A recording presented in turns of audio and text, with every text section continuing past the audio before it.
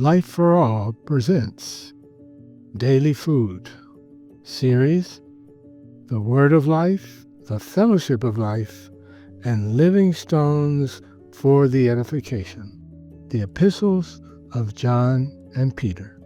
Title of Book 4, Tested and Approved by God. Author Pedro. Week 2, The End of Our Faith, the Salvation of our souls. Friday, Unity accomplished by love. Read with prayer. Sanctify them in your truth. Your word is truth. John 17, verse 17. The Lord Jesus has begotten us again to a living hope, to an inheritance incorruptible and undefiled, that does not fade away, reserved in heaven for you. 1 Peter chapter 1, verse 4. Indeed, we have this unprecedented inheritance reserved for us, but we will only be able to have access to it after we have grown up.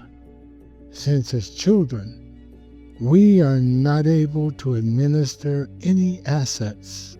Galatians chapter 4, verse 1. God has appointed Christ heir of all things. Hebrews chapter 1, verse 2. He was made king on Mount Zion to inherit the nations and reign over them. Psalms chapter 2, verses 6 through 9. But to be co-heirs with Christ, we need to grow up. Once we are full grown, we will be heirs of all things with Christ. Revelation 20 also clarifies this matter of reigning with the Lord. Blessed and holy is he who has part in the first resurrection. Over such, the second death has no power. But they shall be priests of God and of Christ, and shall reign with him 1,000 years. Verse 6. Reigning with Christ is part of our inheritance. When the millennium comes, the overcomers will reign with him for 1,000 years. Dear reader, do you want to be an overcomer? And are you striving to reach it? Today, we fight as the church in Philadelphia, because it will fulfill God's will when this age is concluded. As a part of this church, we fight for the kingdom of God on earth, and then we will be overcomers. Attaining full sonship implies our complete salvation, the salvation of our spirit, of our soul, and the redemption of our mortal bodies. Romans chapter 8, verse 23. The salvation of the Spirit occurred during our regeneration when we believed in the Lord Jesus. The salvation of our soul takes a lifetime and is a process of transformation and renewal of our mind. Chapter 12, verse 2. This renewal of the mind is the sanctification that occurs when we are washed and cleansed by the living water of the Word of Truth, or the Word of God. John chapter 17, verse 17, and Ephesians chapter 5, verse 26. The Word that circulates among us brings us life for the salvation of our soul. He might sanctify and cleanse her with the washing of the water by the Word. Ephesians chapter 5, verse 26. Sanctify and cleanse her refers to the church. Each day, we are saved by the circulation of life, by the word of life, and by the fellowship of life. This is evident in the 2nd chapter of Acts, where we read that the early Christians continued steadfastly in the apostles' doctrine and fellowship, in the breaking of bread and in prayers. In verse 42. We also see this fellowship in the first epistle of John. That which we have seen and heard, we declare to you, that you also may have fellowship with us. Truly our fellowship is with the Father and with his Son, Jesus Christ. Chapter 1, verse 3. This fellowship happens among the members of the body of Christ when they circulate the apostles' teaching by speaking one to another and by teaching and admonishing one another. Colossians chapter 3, verse 16. This is how the members of the body of Christ will grow into mature children of God and will cease to walk according to the flesh in order to walk according to the Spirit. For all who are led by the Spirit of God are children of God. This is God's purpose, to bring us from the stage of being infant children to being children that have grown up and are capable of receiving His inheritance. Growth and maturity in life necessarily require that we undergo sufferings in the present time, so that in the future we may obtain the glory that will be revealed in us at the second coming of Christ. Christ's desire is that we be sanctified. For this reason, he prayed to the Father, "Sanctify them in your truth. Your word is truth.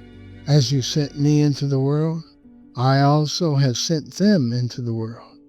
And for their sakes I sanctify myself, that they also may be sanctified by the truth." John chapter 17, verses 17 through 19. The process of saving our souls involves being sanctified through the truth, because the nature of the old man needs to be replaced by the holy nature of God, and the word of truth accomplishes this work of sanctification. The Lord further prayed, "I do not pray for these alone, but also for those who will believe in me through their word." Verse 20. The process of saving the soul, of sanctification through the truth, aims to make us all one entity. It is not about that superficial friendship of occasionally going out to eat pizza together, but about being part of the unity that exists between the Father and the Son, as Jesus prayed, that they all may be one, as you, Father, are in me, and I in you, that they may be one in us, that the world may believe that you sent me. John chapter 17, verse 21. This unity is unique, divine, and organic, and there is no way to imitate it, since the one who is doing this work of unity among us is Jesus himself. And the glory which you have given me, I have given them, that they may be one just as we are one. Verse 22. The life of the Son of God within us is full of glory. If we accept the Word, it brings us life, and the glory contained in it gradually brings us into God, so that we may participate in this organic unity. God wants to make us completely one, as the Father and Son are one. I and them, and you and me, that they may be made perfect in one, and the world may know that you have sent me, and have loved them as you have loved me. John chapter 17, verse 23. Since it is brought about by the love of God, this unity is a union, a perfect connection, as strong as an adhesive. We could even say that it is like a divine superglue, an organic one that binds us to God and never lets go. Only the love of God binds us perfectly. This unity between the Father and the Son has its origin in the Father's love for the Son since the foundation of the world. John 17:24. Furthermore, where there is love, there is unity. That is, there is this extraordinary bond. And I have declared to them your name, and will declare it, that the love with which you love me may be in them, and I in them. Verse 26. God desires to unite us, to perfect us in unity through the working of this love. Today, we are kept by the power of God through faith, who are kept by the power of God through faith for salvation ready to be revealed in the last time. 1 Peter chapter 1, verse 5.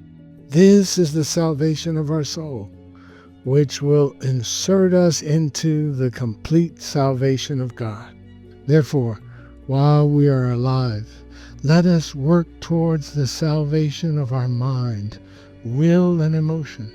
We reiterate that the most effective way to obtain this is through the word of life, the fellowship of life, by serving together with the saints and making this word circulate among us.